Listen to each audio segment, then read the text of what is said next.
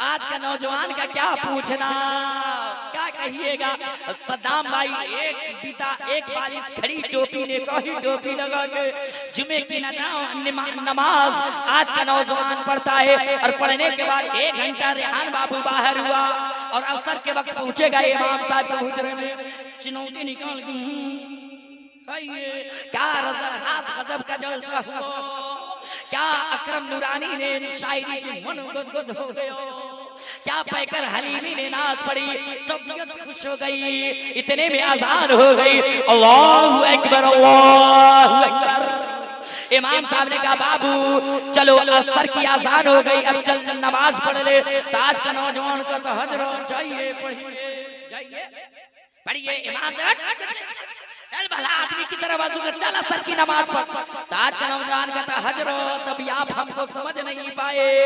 इमाम साहब ने कहा पूरा मोहल्ला जान गए, तुमको नहीं जानेंगे। जिसान भाई ने कहा चल नमाज पढ़ो। तो आज का नौजवान कहता हजरत अभी आप हमको नहीं जानते हैं। इमाम जीशान भाई ने कहा हम खूब जानते हैं तुमको, चल वजू कर, चल भला आदमी की तरह नमाज पढ़। तो आज का नौजवान धीरे से आहिस्ता से इमाम साहब के कान में मुंह सटा के कहता है हजरत नापाक। हंस के जुमले को मत डालिए मेरे दोस्तों। अरे जिंदगी की कोई गारंटी नहीं है, जिंदगी का कोई भरोसा नहीं है कि कब हमारी रूह हमारे बदन से निकल जाए। अरे जब तक जिस्म के अंदर रूह है तब तक पाकी का ख्याल कीजिए। मेरे आका इरशाद फरमाते हैं अब तहारत व निस्फुल ईमान, अरे पाकी जो है आधा ईमान है। मुसलमानों को हमेशा पाक रहना चाहिए।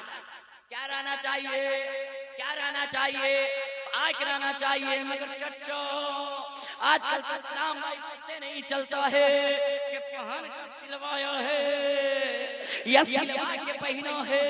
आज का नौजवान इतना फिटिंग पहनता है ना। अक्का कहिएगा इतना लंबा मोबाइल कान में दाब लेगा और रोड के किनारे मारेगा चैन घस दमकल चालू। अब चाहे इमाम साहब आवे, चाहे चाहे मुफ्ती सुल्तान साहब तिबला आवे, कोई साहब आवे, कोई फर्क पड़ने को नहीं है। दमकल चालू है तो चालू है। हंस के जुमले को मत डालिए मेरे दोस्त। अरे जिंदगी की कोई गारंटी नहीं। अरे दुआ कीजिए कि जब भी हमारी रूह निकले तो हमारा बदन पाक होना चाहिए, नापाक ना होना चाहिए, है ना। तो आज से जब भी आपका मामला हो तो मेरे दोस्त पानी या मिट्टी के ढेले का इस्तेमाल करे। मैंने कहा वेदो व्याधि आदमी वैकुंठी स्वर्ग जन्नती कैसे होगा। कान में कहिए सुभान अल्लाह। चचा अस्सलाम वालेकुम, सोइए नहीं, सो जाइएगा तो हम लोग भी सो जाएंगे। आप गार्जियन हैं हम सबों के, थोड़ी देर जग जाइए और मुस्कुरा करके बोलिए सुभान अल्लाह।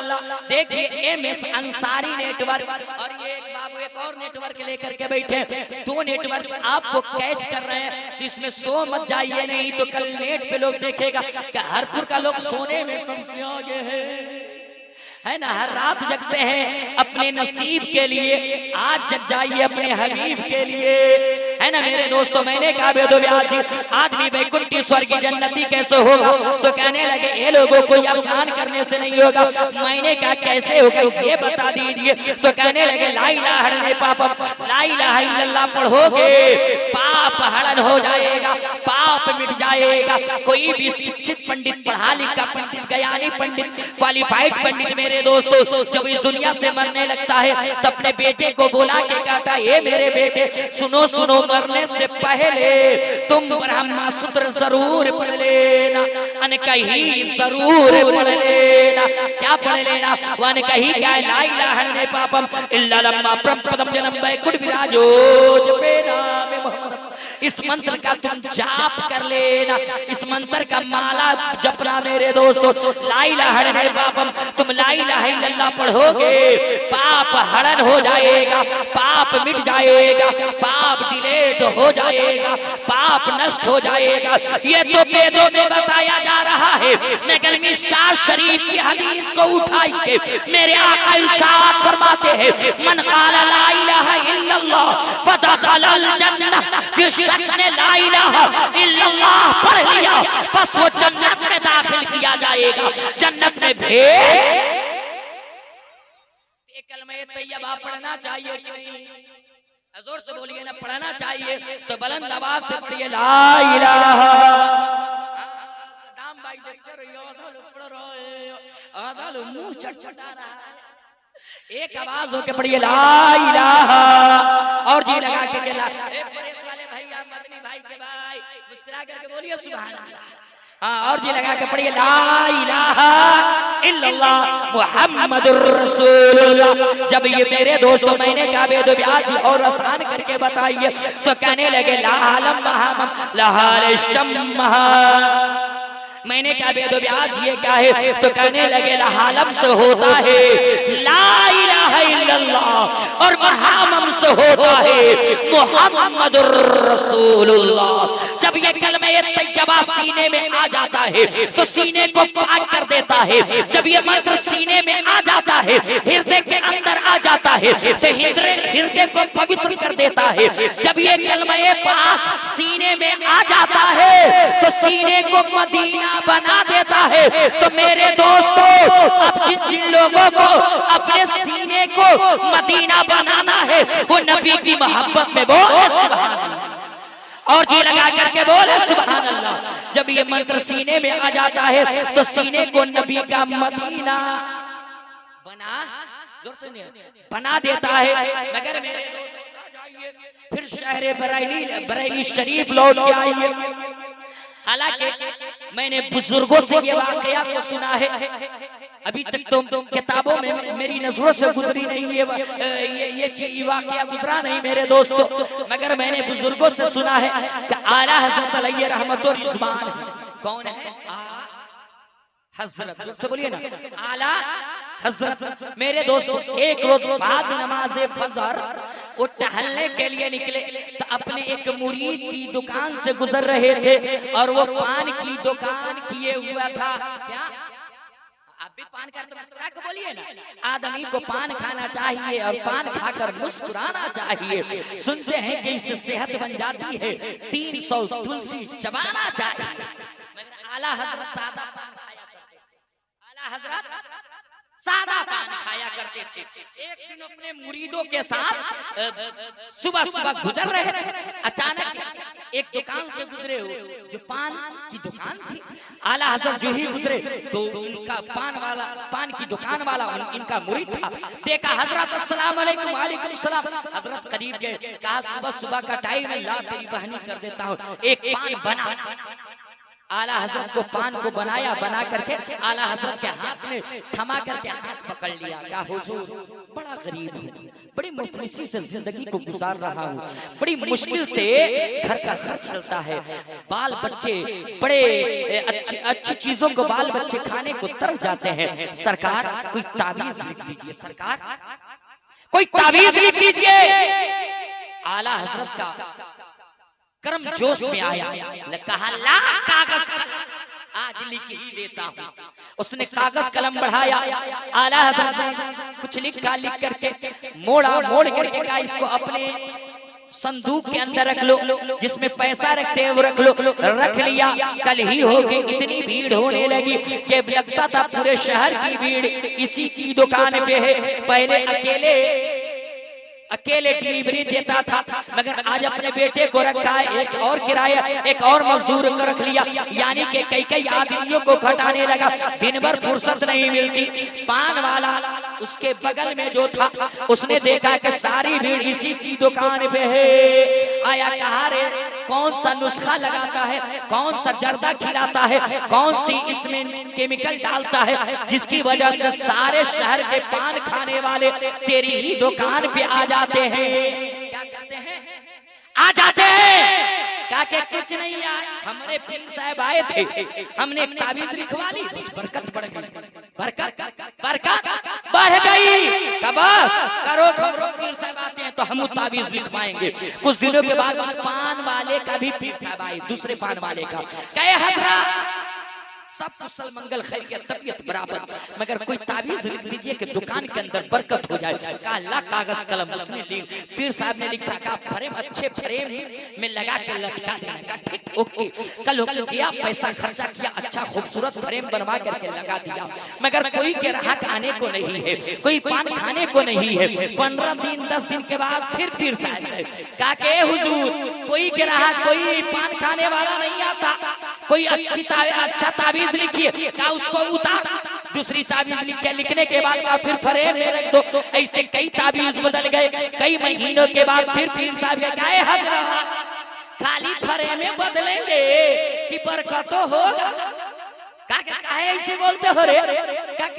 उसकी तो उसका पीर साहब लिखे तो दिन भर उसको पान बनाने से फुर्सत नहीं है, हम फ्रेम बदलने से फुर्सत नहीं है। अरे कोई ऐसी ताबीज लिख दीजिए जिससे बरकत हो जाए। कहा कि उसके पीर साहब कौन है? उसके पीर साहब कौन है? कहा उसके पीर साहब बरेली के अहमद रजा है। बोलिए बोलिए मुस्कुरा के। कहा अरे आला हजरत का मुरीद। कहा मांग के ला ताबीज, मांग के ला ताबीज। कहा करे हमारे पीर साहब आए हैं तो अपने पीर साहब वाली ताबीज दे। अब उसने हाथ धोया, ताबीज निकाला, ईमानदार था, दे दिया। देने के बाद मिलाया, अपने पीर साहब के हाथ में दे दिया। पीर साहब ताबीज खोले, खोल करके रोने लगे। मुरीद का के दुकान पे काहे को लोगों को जमा कीजिएगा, भीड़ काहे लगाइएगा, काहे के लिए रो रहे हैं इतना? ताबीज में क्या लिखा है? कहा के बेवकूफ, कोई कुरान की आयत लिखी होती तो इसके बदले में कोई दूसरी आयत लिख दी जाती। कोई ताबीज लिखा गया होता तो कोई दूसरा ताबीज लिख दिया जाता, मगर आला हजरत ने ताबीज नहीं लिखा है। आला हजरत ने तो सिर्फ लिखा है कि भाइयों पान यहीं से खाया करो, भाइयों पान यहीं से खाया करो। तो कहा तो कलम से न लिखना है, लिखा दीजिए आप। कहा कि अहमद रजा जैसा कलम कहां से लाऊंगा? जब अहमद रजा का कलम उठा है तो उसने लिखा है सरवर कहूं के मालिक को, मौला कहूं तुझे, बागे खलील का गुले सेबा कहूं तुझे। जब अहमद रजा का कलम उठा तो अहमद रजा ने लिखा लबियात नज़ीर कभी नज़रीन। जब अहमद रजा का कलम उठा तो इमाम ने लिखा काबे के बदरुद हो जाओ, तुम पे करोड़ों दरूद, तैबा के शम्स दुहा, तुम पे करोड़ों दरूद। जब अहमद रजा का कलम उठा तो अहमद रजा ने लिखा मुस्तफा जाने रहमत पे लाखों सलाम, शबे बस में हिदायत पे लाखों सलाम, डाले दी कल्ब में अज़मत मुस्तफा सैयदी आला हज़रत पे लाखों सलाम। नारे तकबीर, नारे रिसालत, मसलके आला हज़रत। वाह, ऐसा कलम कहां से लाऊं? ऐसा कलम कहां से लाऊं? कलम जब अहमद रजा बनना हो तो आपकी ज़हन भी पाकीज़ा होनी चाहिए, आपकी नीयत भी पाकीज़ा होनी चाहिए। कलम उठे तो इसके नबी की महवर में उठे। वो मेरा इमाम था, जब बोलता था तो इसके नबी का पैकर बन करके बोलता था। जो वो मेरा इमाम बोलता था तो इसके नबी के छांव में बोला करता था। जब मेरा इमाम कलम उठाता था नबी के इश्क के दर्जे बढ़ा दिया करते थे। जब मेरा इमाम बोलता था तो नबी की फजीलतों के दर्जा बढ़ा देते थे। जब मेरा इमाम बोलता था तो पता चलता था कहीं से सूरह वद्दुहा की तिलावत की जा रही है। जब मेरा इमाम बोलता था तो नबी के रुखसार के बारे में ऐसा लिखता था कि दुनिया पढ़ करके हैरत करती थी। अब मेरा इमाम जब अपने नबी के तलवों के बारे में लिखा तो दुनिया हैरत होकर पढ़ रही थी कि जिसके तलवों के धुआं है आबे हयात है वो जाने मसीहा।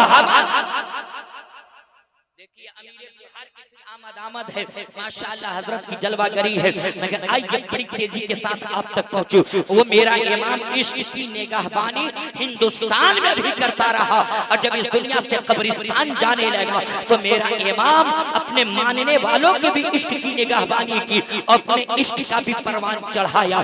जब मेरे इमाम इस दुनिया से जाने लगे तो आपने वसीयत फरमाई, ये लोगों मेरी वसीयत नोट की जाए। लोग कलम कागज लेकर के बैठ गए। कहा इमाम बोला जाए। कहा कि जब मेरा वसाल हो जाए, मैं इंतकाल कर जाऊं तो मेरी कब्र इतनी गहरी खोदी जाए जिस कब्र के अंदर मैं बआसानी खड़ा हो सकूं। तो लोगों ने कहा था ए इमाम अहमद रजा खान फाजिले बरेलवी, आपने पूरी जिंदगी कोई भी फतवा दिया है तो दलाइल के अंबार लगा दिए हैं। ये किस किताब में लिखा है कि आपकी कब्र इतनी गहरी खोदी जाए, आपकी कब्र इतनी गहरी खोदी जाए? तो मेरे इमाम बोल उठे कि किताबे मोहब्बत में लिखा है, किताबे इश्क में लिखा है।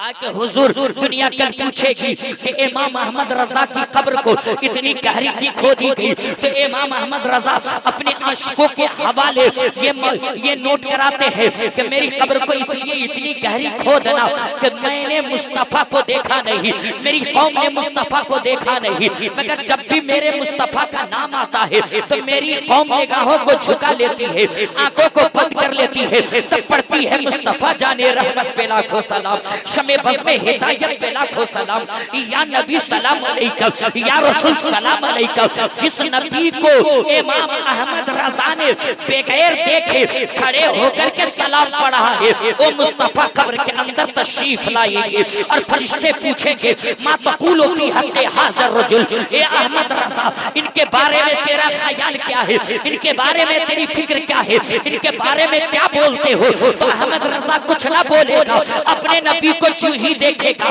बादब खड़ा हो जाएगा, निगाहों को झुका लेगा, हाथों को बांध लेगा, तब अहमद रजा कहेगा मुस्तफा जाने रहमत पे लाखों सलाम, शमे बज़ में हिदायत पे लाखों सलाम, डाले दी कल्बों में अज़मत मुस्तफा सैयदी आला हज़रत पे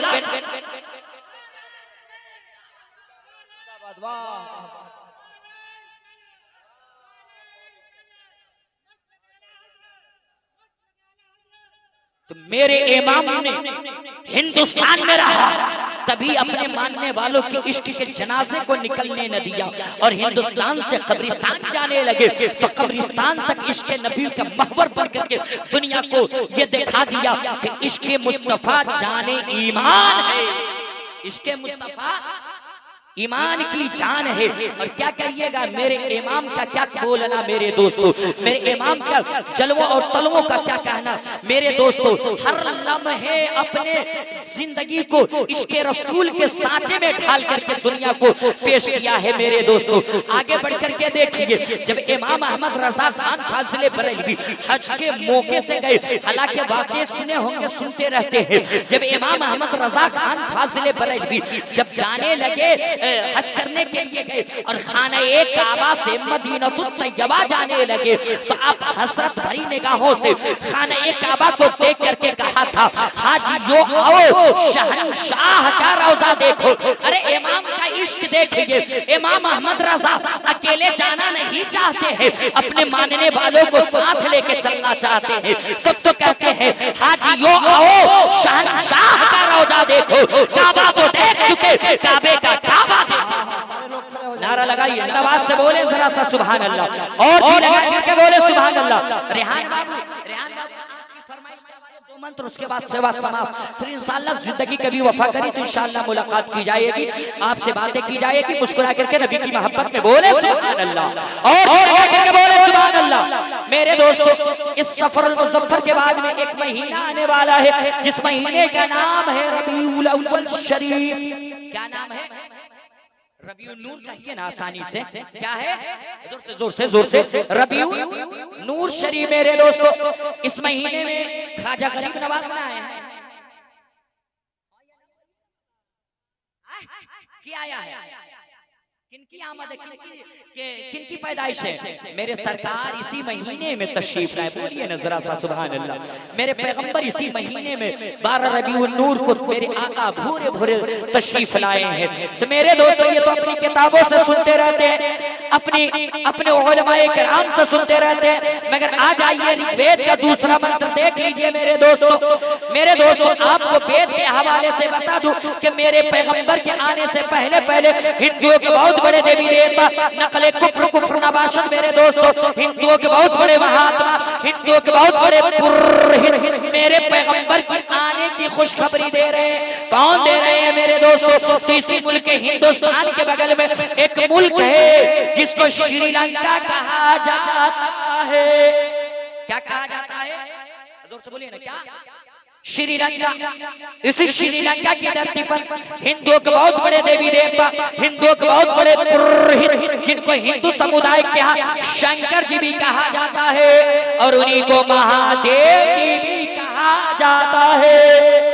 एक रोज कैलाश की पर्वत पे बैठे थे, पहाड़ी पे बैठे थे और अपनी पत्नी पार्वती से कहने लगे, ए मेरी पत्नी पार्वती, तू जानती है इस दुनिया के अंदर एक बालक जन्म लेने वाला है, एक कल की अवतार आने वाले हैं, एक अंतिम ऋषि मुनि आने वाले हैं।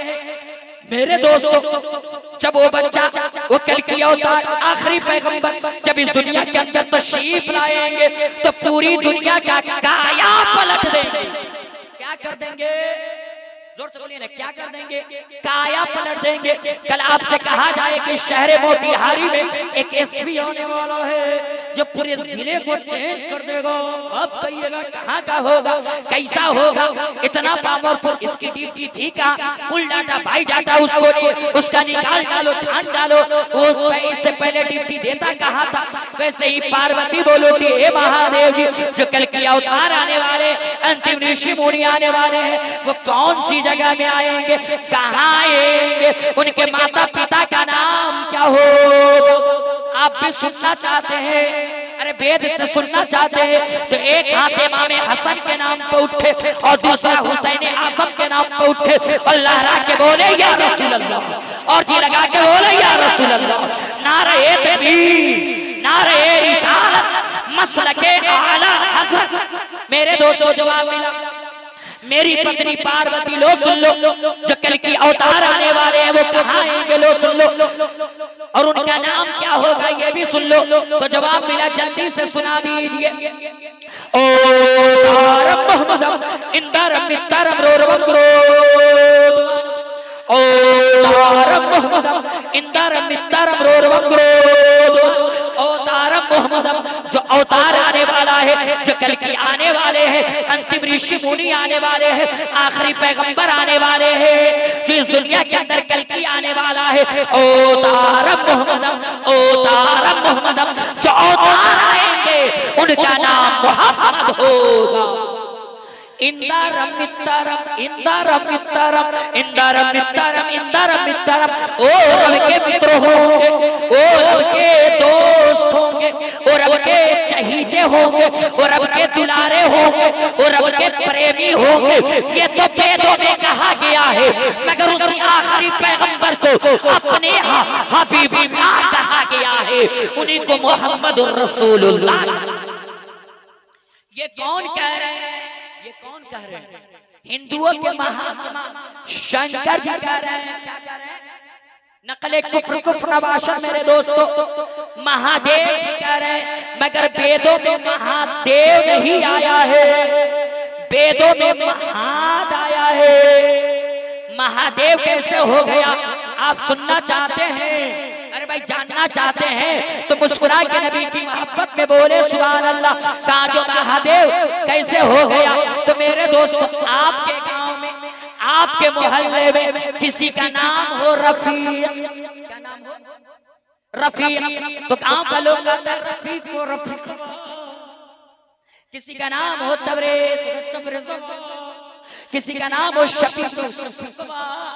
किसी का नाम हो शबे बराती तो शुक्रिया, किसी का नाम हो जुमेराती। ये किस्मत पहले से खिंचाया हुआ है, इस जुमराती को तोड़ मरोड़ के लोग जुमरतिया कर देता है। इसी तरीके से उस जमाने को लोगों ने महाद को इतना तोड़ मरोड़ किया कि महादेव कर दिया। मेरे दोस्तों, वही महादेव जी कह रहे हैं मेरे दोस्तों, जो कल की अवतार आने वाले वो कौन सी जगह में आएंगे? लो सुन लो, शंबलगढ़ ब्रह्मणाशिमात है, दाता का प्रहस्त युग युग महा, संतोषल महा, प्रथम महा, बलवतम महा।